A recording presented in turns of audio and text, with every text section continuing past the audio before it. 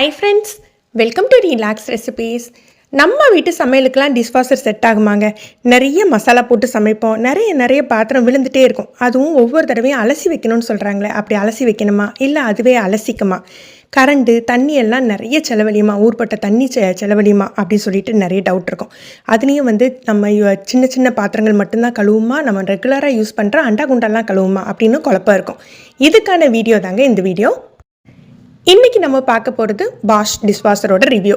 இது ஜனவரியில் நான் பர்ச்சேஸ் பண்ணியிருந்தேன். அப்போ ஒரு ஷார்ட்ஸ் கூட போட்டிருந்தேன். இப்போ 6 மாதம் யூஸ் பண்ணிவிட்டு இது எப்படி ஒர்க் ஆகுது அப்படின்னு சொல்லிட்டு ரிவ்யூ கொடுக்குறேன்.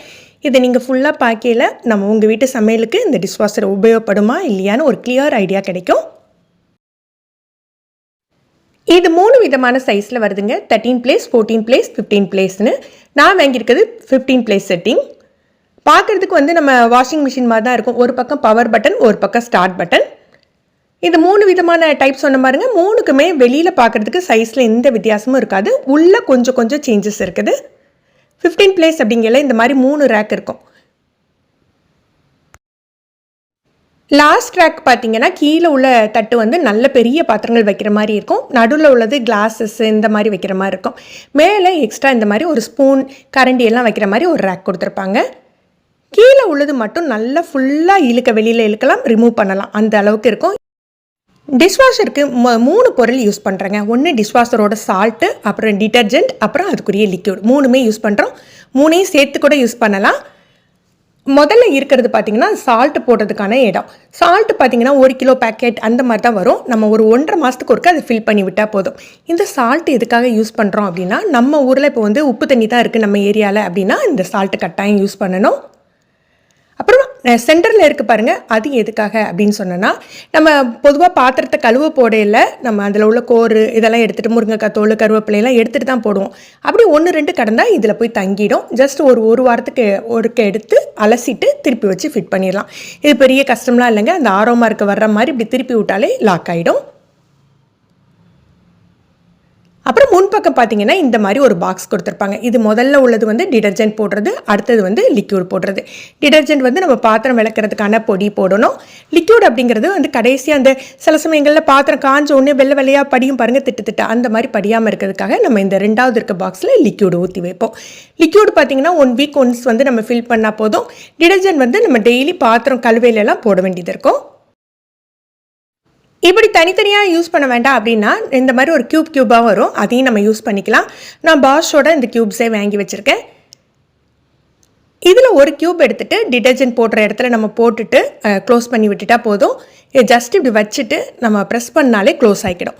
ஓப்பன் பண்ணால் அந்த பட்டனை ப்ரெஸ் பண்ணால் ஓப்பன் ஆகும். ஆனால் வாஷிங் முடிஞ்ச உடனே ஆட்டோமேட்டிக்காகவே ஓப்பன் ஆகிடும். இந்த க்யூப் யூஸ் பண்ணையில் பார்த்தீங்கன்னா நீங்கள் லிக்யூட்லாம் தனியாக ஃபில் பண்ண வேண்டிய அவசியமே கிடையாது. சில பேருக்கு இந்த க்யூப் செட் ஆகும், சில பேருக்கு இது செட் ஆகாது. நம்ம யூஸ் பண்ணி பார்த்தா நமக்கு ஒரு ஐடியா கிடைக்கும். கடைசி தட்டு இருக்குது பாருங்கள், கீழ்த்தட்டு. அதில் பெரிய பாத்திரங்கள், பிளேட்டு இதெல்லாம் ஃபில் பண்ணிக்கலாம். நம்ம கழுவிட்டு தான் உள்ளே வைக்கணுமா அப்படின்னா அப்படியெல்லாம் கிடையாதுங்க. இந்த பாருங்கள் எண்ணெய் பிசுக்கு எவ்வளோ இருக்குது. ஆனால் அதில் உள்ள கோர் இருக்கும் பாருங்கள், கருவேப்பிலை, முருங்கைக்காய் தோல் இதெல்லாம் எடுத்துருங்க. நார்மலாக நம்ம சிங்கிள் பாத்திரம் போடையிலேயே இதெல்லாம் எடுத்து டஸ்ட்பினில் போட்டுட்டு தான் போடுவோம் இல்லையா, அதனால் வைக்கிறதுக்கு ஈஸியாக தான் இருக்கும். பாத்திரத்தை ஒன்று மேலே ஒன்று அடுக்கலாம். ஆனால் ரொம்ப 2-3 பாத்திரத்தை இப்படி அடுக்குனீங்க அப்படின்னா மேலே உள்ள பாத்திரம் சரியாக கழுவாமல் போயிடும். அதனால் அந்த தண்ணி கீழே இருந்து தான் உங்களுக்கு ஃபோர்ஸாக ஹாட் வாட்டர் வரும். அது பாத்திரத்தில் படுற மாதிரி நீங்கள் அடுக்கிக்கோங்க. பிளேட்டெல்லாம் இப்படி அழுக்காக இருந்தால் பரவாயில்ல, அலசிட்டுலாம் வைக்கணும்னு அவசியம் இல்லை. கோரை மட்டும் எடுத்துகிட்டு வைங்க. எவ்வளோ தூரம் அடுக்கலான்னா 2வது தட்டில் உள்ள ஃபேன் தட்டாத வரைக்கும் நம்ம பாத்திரத்தை அடுக்கிக்கலாம். இதில் வைக்கக்கூடாத பாத்திரம் அப்படின்னு பார்த்தீங்கன்னா மரப்பாத்திரம், இரும்பு பாத்திரம், அப்போ லோ குவாலிட்டி பிளாஸ்டிக் இருக்கும் பாருங்கள், அதெல்லாம் வைக்காதீங்க. நான் மிக்சர் ஜார்லாம் இதில் போட தான் செய்கிறேன், நல்லா கழுவுதுங்க. 2வது ரேக்கில் பார்த்தீங்கன்னா கிளாஸ் அந்த மாதிரி எல்லாமே அடுக்கிக்கலாம். சைடில் ஸ்பூன் வைக்கிறதுக்காக இந்த மாதிரி கொடுத்துருப்பாங்க. அது நமக்கு தேவைப்படாது. ஏன்னா 15 பிளேஸ் செட்டிங்கில் தனியாக அதுக்குன்னே ஒரு ரேக் இருக்கிறதுனால இதை நான் மடக்கியே தான் விட்டுருக்கேன். இதுலேயுமே கிண்ணங்கள், சின்ன பேஷன் இதெல்லாம் இதில் வச்சுக்கலாம். டீ கப்பு இதெல்லாம் அலசிட்டு வைக்கணும்னு அவசியம் இல்லைங்க, அப்படியே கவுத்தி போட்டுடலாம். இந்த 2வது ரேக் பார்த்தீங்கன்னா நிறைய பிடிக்குங்க. இந்த 2வது தட்டில் எவ்வளோ தூரம் வைக்க முடியுமோ அந்த அளவுக்கு வச்சுக்கலாம். சின்ன தட்டு, கிண்ணம் இதெல்லாமே வச்சுக்கலாம். பொதுவாக இந்த கத்தி மாதிரி ஷார்ப்பான ஐட்டம்லாம் போட்டு ஹாட் வாட்டரில் கழுவையில் அதோட வந்து கூர்மை குறைஞ்சி போயிடும். அதனால் நம்ம நார்மலாக வெந்நீரில் வைக்கக்கூடாது அப்படின்னு தெரியும் பாருங்கள், அந்த மாதிரி பொருட்களை இதில் போடாதீங்க.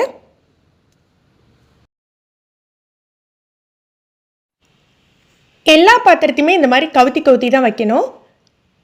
இப்போ நான் வைக்கிற இந்த கப்பு பார்த்திங்கன்னா இது கூழ் குடித்த கப்பு, நல்லா ட்ரை ஆகிடுச்சு. இதை அப்படியே கவுத்தி வைக்கலாம், நம்ம வந்து அலசிட்டுலாம் வைக்கணும்னு அவசியம் இல்லை. மேல் ரேக்கில் பார்த்திங்கன்னா மேல் தட்டில் நம்ம வந்து நார்மலாக யூஸ் பண்ணுற கரண்டி ஸ்பூன் எல்லாமே வச்சுக்கலாம். ஆனால் இப்படி இந்த பள்ளமாக இருக்குது இல்லையா, இதில் வந்து தண்ணி கொஞ்சம் நிற்கும். நம்ம வந்து டிஷ் வாஷிங் முடிஞ்ச உடனே அதை கொட்டி விட்டுட்டு வச்சா ட்ரை ஆகிடும். இதில் இன்னொரு டவுட் வரும், டீ அரிப்பு இருக்குது பாருங்கள், அந்த அரிப்பு தட்டை இதில் வைக்கலாமா, அது பிளாஸ்டிக் தான், அதை வைக்கலாமா அப்படின்னா சூப்பராக அது வந்து கழுவி கொடுக்குங்க. நம்ம இப்போ டீ அரிப்பையும் அதில் வைப்போம். டீ அரிப்பெல்லாம் அலசிட்டு வைக்கணும்னு அவசியம் இல்லை. அதில் உள்ள இதை மட்டும் டஸ்ட் அப்படி தட்டி விட்டுட்டு நம்ம அப்படியே தூக்கி இதில் வைப்போம். இதுலேயுமே உங்களுக்கு வந்து மேல் தட்டுமே ரொம்ப பெருசு, எனக்கு தெரிஞ்சு 15 பிளேஸ் செட்டிங் வந்து ரொம்ப பெருசாக தான் இருக்குது. நார்மலாக ஒரு சிங்க் அளவுக்கு பாத்திரம் இதில் நம்ம வச்சிடலாம்.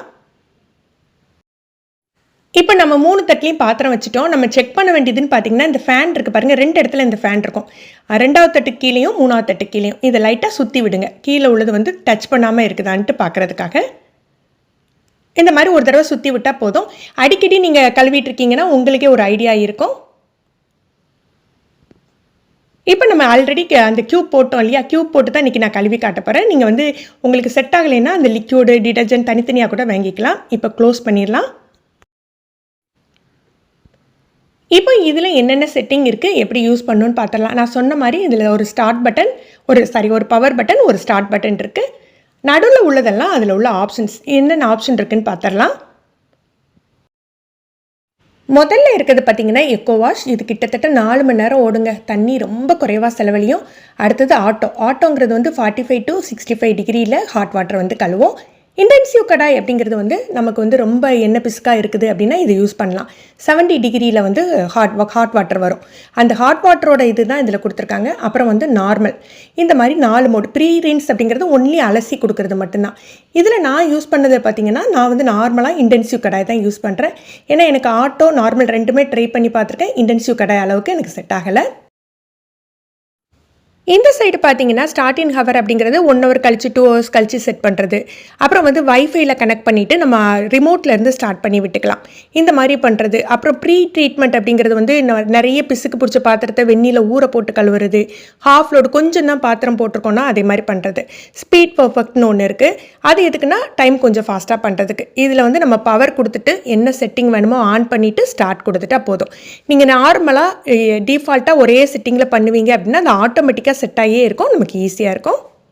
நான் பவரை ஆன் பண்ண உடனே பாருங்கள் எனக்கு வந்து அந்த இன்டென்சிவ் கடாய் வந்துடுது, ஸ்பீட் பர்ஃபெக்டாக ஆன் ஆகிடுது. ஏன்னா இது 2 தான் நான் யூஸ் பண்ணுறது. ஸ்பீட் பர்ஃபெக்ட் ஆஃப் பண்ணி வச்சிங்க அப்படின்னா பாருங்கள் ஹவர்ஸ் வந்து 2 hours 40 minutes ஆகுது. ஸ்பீட் பர்ஃபெக்ட் கொடுத்தீங்க அப்படின்னா கொஞ்சம் டைம் குறைவாகும், ஆனால் கொஞ்சம் கரண்ட் அதிகமாக இழுக்கும். இது மொத்தத்திலேயே வந்து ஒரு நாளைக்கு 1 யூனிட்லேருந்து 2 யூனிட் வரைக்கும் செலவழியுங்க ஃபுல் லோட் பண்ணால். இப்போ நம்ம ஸ்டார்ட் ஆன் பண்ணி விட்டுறலாம். இது சத்தமெல்லாம் வராது, அமைதியாக ஒரு இடத்துலேருந்து பாத்திரம் கழுவிட்டு இருக்கோங்க. இதோட தண்ணி செலவு பார்த்திங்கன்னா நம்ம நார்மலாக ஆகிறதோட பாதிக்கும் கீழே தாங்க தண்ணி செலவழியும். இப்போ நடுவில் பவர் கட் ஆகிட்டுனா இது வந்து ஆஃப் ஆகிடுமா அப்படின்ல, பாஸ் மோடு போயிட்டு தன்னாலேயே ஸ்டார்ட் ஆகி ஒர்க் பண்ண ஆரம்பிச்சிடும். இது ஃபுல்லாக முடிஞ்சிடுச்சு. இப்போ ஓப்பன் பண்ணி பார்த்துடலாம், நம்ம டவுட்டெல்லாம் கிளியர் ஆகிடும். ஓப்பன் பண்ணல ரொம்ப ஹாட்டாக இருக்கும், ஏன்னா இது ஹாட் வாட்டரில் தானே கழுவி இருக்குது. நம்ம ஓப்பன் பண்ணி கொஞ்சம் நேரம் வச்சுட்டு பாத்திரங்கள் எடுத்தால் நல்லா ட்ரை ஆகிருக்கும். நான் நிறைய ரிவ்யூ பார்த்துருக்கேன், நான் வந்து வாங்குறதுக்கு முன்னாலேயே ரிவ்யூ பார்த்தேன். அப்போ என்ன சொல்லியிருந்தாங்கன்னா ஓப்பன் பண்ணி நீங்கள் நைட் ஆன் பண்ணி வச்சுட்டு காலையில் எடுத்திங்கன்னா அப்படி காஞ்சி போய் பாத்திரம் இருக்கும் அப்படின்ட்டு. அப்படி இருக்காதுங்க, அதுதான் இதில் உள்ளது. அந்த டிஷ்வாஷரை ஓப்பன் பண்ணி அந்த முடிஞ்ச உடனே ஓப்பன் பண்ணி விட்டிங்கன்னா மட்டும்தான் உங்களுக்கு வந்து அது ட்ரை ஆகிருக்கும். நீங்கள் 1 hour கழித்து ஓப்பன் பண்ணீங்க அப்படின்னா அது ஹாட் வாட்டரில் கழுவி இருக்கிறதுனால அது வேத்து போய் கொஞ்சம் ஈரப்பதம் இருக்க தான் செய்யும். வெளியில் தான் எடுத்து காய வச்சுக்கணும். அதே சமயம் நீங்கள் டிஷ்வாஷர் முடிஞ்சாக்கில் ஓப்பன் பண்ணி விட்டுட்டீங்க அப்படின்னா நல்ல ட்ரை ஆகிருக்கும். மிக்ஸர் ஜார்லாம் பாருங்கள் சூப்பராக அப்படி புதுசு போல் பளபளன்னு இருக்கும். அதெல்லாம் உண்மைதாங்க, புதுசு போல் அப்படியே வந்து நல்ல, ஏன்னா அது ஹாட் வாட்டரில் திரும்ப அலசையில் அந்த இணுக்கள்லாம் கழுவையில் நமக்கு நல்ல ஒரு ஃப்ரெஷ்ஷாக இருக்க மாதிரி இருக்கும் பாத்திரம்லாம். இந்த தட்டு நான் உங்களுக்கு வைக்கலையே காட்டியிருப்பேன், அப்படியே அழுக்கோடு தான் அப்படியே உள்ளே போட்டேன். நல்ல சூப்பராக க்ளீனாகி வந்துட்டு. ஆனால் டீ பாத்திரம் அடிப்பிடிச்ச பாத்திரத்தை நம்ம தேய்ச்சி போட்டால் தாங்க க்ளீன் ஆகும், இல்லாட்டி வந்து நல்ல சுத்தமாக இருக்கும். ஆனால் அந்த அடியில் பிடிச்சிருக்கும் பாருங்கள், அது அவ்வளோ போகாது. ஆனால் இப்போ குறைஞ்ச பிளாஸ்டிக் மூடி இந்த மாதிரியெல்லாம் போட்டிங்கன்னா அதில் உள்ள ரப்பர்லாம் சுருங்கிடும். அப்புறம் வந்து நமக்கு பாக்ஸை வந்து மூட முடியாது. அதுவும் நான் ட்ரை பண்ணி பார்த்துருக்கேன்.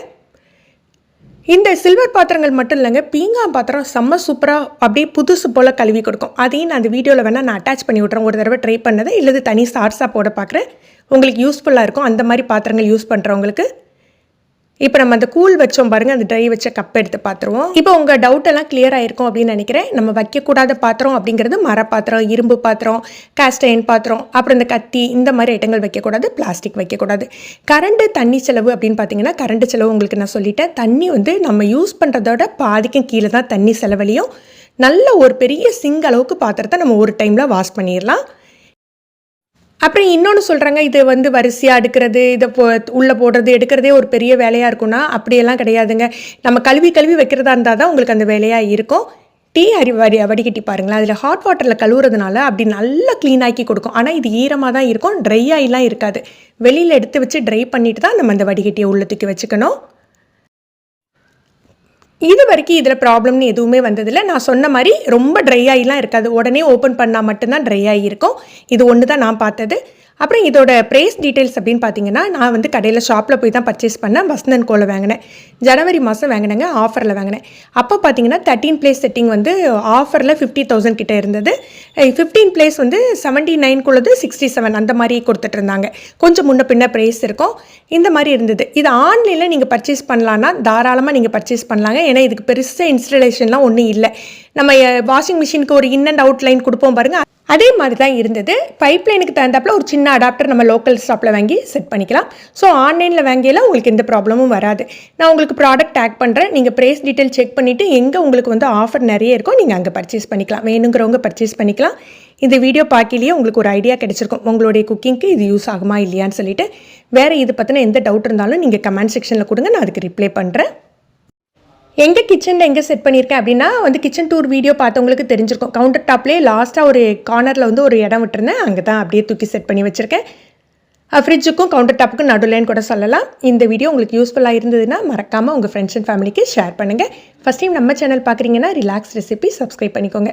கீழே இருக்க பெல் பட்டனில் நீங்கள் ஆல்கிற ஆப்ஷன் செலக்ட் பண்ணி வச்சுக்கிட்டிங்கன்னா நம்ம சேனலில் வீடியோக்கள் போட்ட உடனே நோட்டிஃபிகேஷன் கிடைக்கும். லைக் பண்ண மறக்காதீங்க. தேங்க்யூ.